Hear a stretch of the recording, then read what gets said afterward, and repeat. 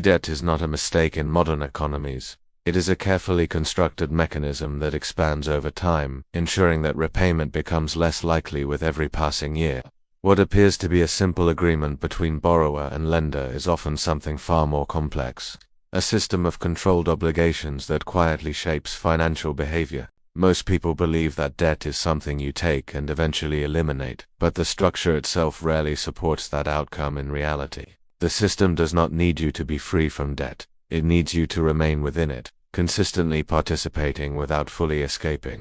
At first, the process feels manageable. Small amounts borrowed, small payments made, a sense of control maintained. But over time, those small obligations begin to connect, forming a network of financial pressure that becomes harder to navigate. Interest accumulates quietly, not as a sudden burden, but as a slow and steady force that reshapes the original agreement. And in that slow transformation, something important changes. The goal shifts from eliminating debt to managing it indefinitely. This shift is rarely explained clearly, because it does not present itself as a failure. It presents itself as normal financial life. Monthly payments become routine, statements become expected, and the idea of being completely debt-free begins to feel distant. The system does not rush this process. It allows it to develop gradually, ensuring that resistance never becomes strong enough to break it. Over time, debt becomes less of a temporary condition and more of a permanent environment in which people operate. And once that transition happens, the system has achieved something critical: stability through continuous obligation. This is where the illusion begins, because the structure appears to offer progress, while quietly reinforcing dependency at the same time. Each payment creates the feeling of movement, but the total balance often resists meaningful reduction over long periods. This is not accidental. It is the result of a design that prioritizes consistency of payment over completion of obligation. The system does not collapse under debt. It thrives on it, drawing strength from the constant flow of repayments. And because of this, the incentives are aligned in a way that discourages full resolution. Even when it appears possible, credit expands access in the beginning. But it also extends the timeline far beyond what most people expect. A short-term solution slowly transforms into a long-term commitment that reshapes financial decisions for years. This transformation is subtle, because it does not require force. It operates through structure and expectation. The borrower adjusts behavior to fit the system, rather than the system adjusting to serve the borrower. And once that adjustment becomes permanent, the relationship between debt and freedom begins to change. Freedom becomes conditional, dependent on maintaining the flow of payments without interruption. Any disruption, even a small one, reveals how fragile the balance actually is beneath the surface. This fragility is not visible during stable periods, because the system is designed to appear smooth and predictable. But stability in this context does not mean security. It means continuity of obligation without resistance. The system rewards consistency, but it does not prioritize completion, because completion reduces participation, and participation is the foundation on which the entire structure depends. When more people remain in debt, the system becomes more stable, more predictable, and more profitable. This creates a quiet but powerful incentive to maintain the cycle rather than end it. The cycle itself becomes normalized, something that is rarely questioned once it becomes part of everyday life. People begin to plan around debt, rather than planning to eliminate it completely. And in that shift, something fundamental changes. Debt becomes a permanent feature instead of a temporary tool. This permanence is reinforced through multiple layers: credit cards, loans, mortgages, all structured in similar ways. Each layer adds complexity, making it harder to fully understand the total weight of the obligations, and complexity itself becomes a form of control, because what is not fully understood is rarely challenged. The system does not rely on secrecy, it relies on familiarity and repetition to maintain its position. Over time, the presence of debt feels normal, expected, and even necessary in modern life. And when something becomes necessary, it is rarely questioned at a deeper level. This is how the structure sustains itself, not through force, but through gradual acceptance. The borrower continues to pay, the system continues to expand, and the cycle continues without interruption. And within that cycle, repayment becomes less of a destination and more of an abstract idea. An idea that exists in theory, but becomes increasingly difficult to achieve in practice. This gap between expectation and reality is where the system reveals its true nature, because what is presented as temporary often functions as permanent over long periods of time, and once that realization begins to form, the structure starts to look different than it did before. It no longer appears as a simple tool, but as a framework that shapes behavior in predictable ways. A framework that encourages continuation rather than completion, participation rather than escape. And within that framework, the concept of repayment slowly loses its original meaning, that it becomes less about ending the obligation and more about sustaining the system itself. This is not immediately visible because the process is designed to feel familiar at every step. But familiarity does not mean fairness, and repetition does not guarantee resolution. The system continues forward, not because it is broken, but because it is functioning as intended. And in that intention, repayment becomes secondary to stability, and stability depends on ongoing debt.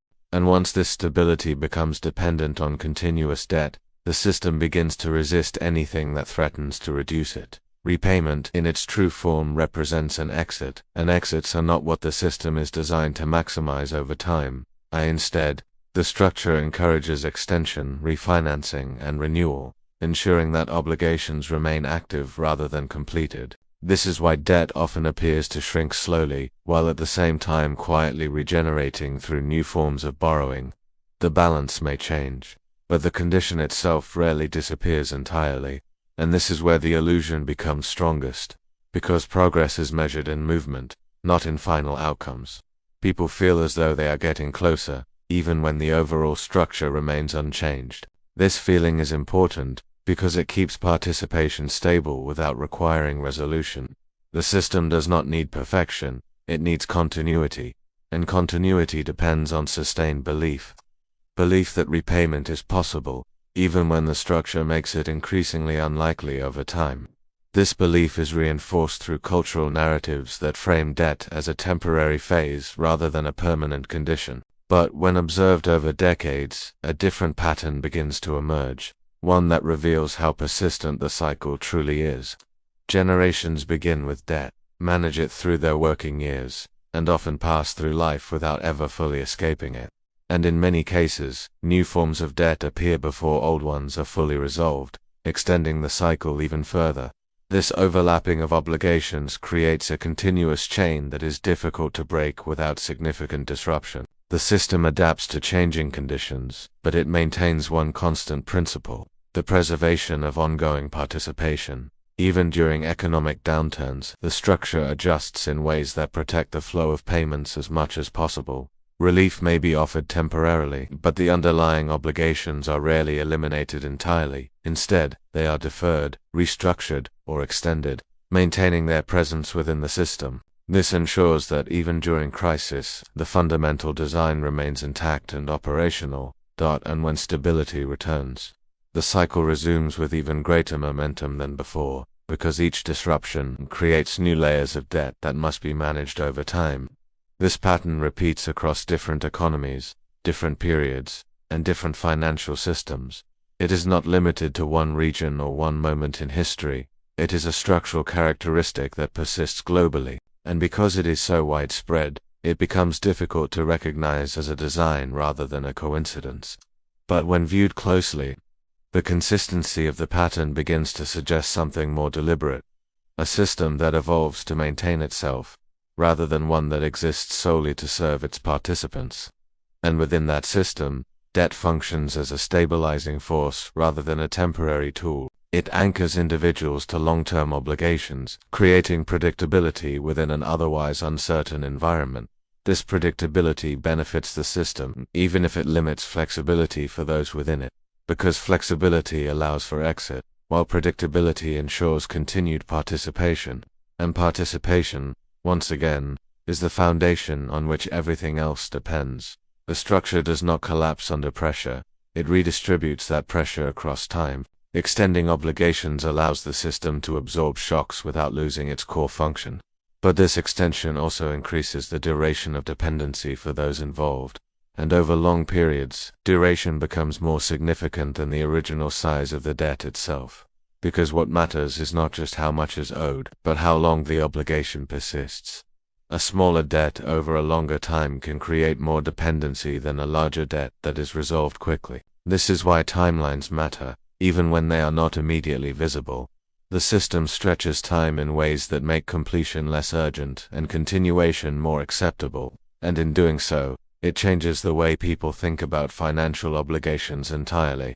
Debt becomes something to live with, rather than something to eliminate completely. And once that mindset takes hold, the system no longer needs to enforce participation actively. It becomes self-sustaining through expectation and routine. People organize their lives around payments, adjusting their behavior to maintain stability, and in that adjustment, the original purpose of debt begins to fade into the background. It is no longer a means to an end, it becomes part of the structure itself. This integration is subtle, but it is powerful, because it removes the sense of urgency around repayment. Without urgency, the timeline extends naturally, and the cycle continues without resistance. And without resistance, the system operates smoothly, maintaining its structure over long periods. This smooth operation creates the appearance of balance, even when the underlying conditions remain unchanged.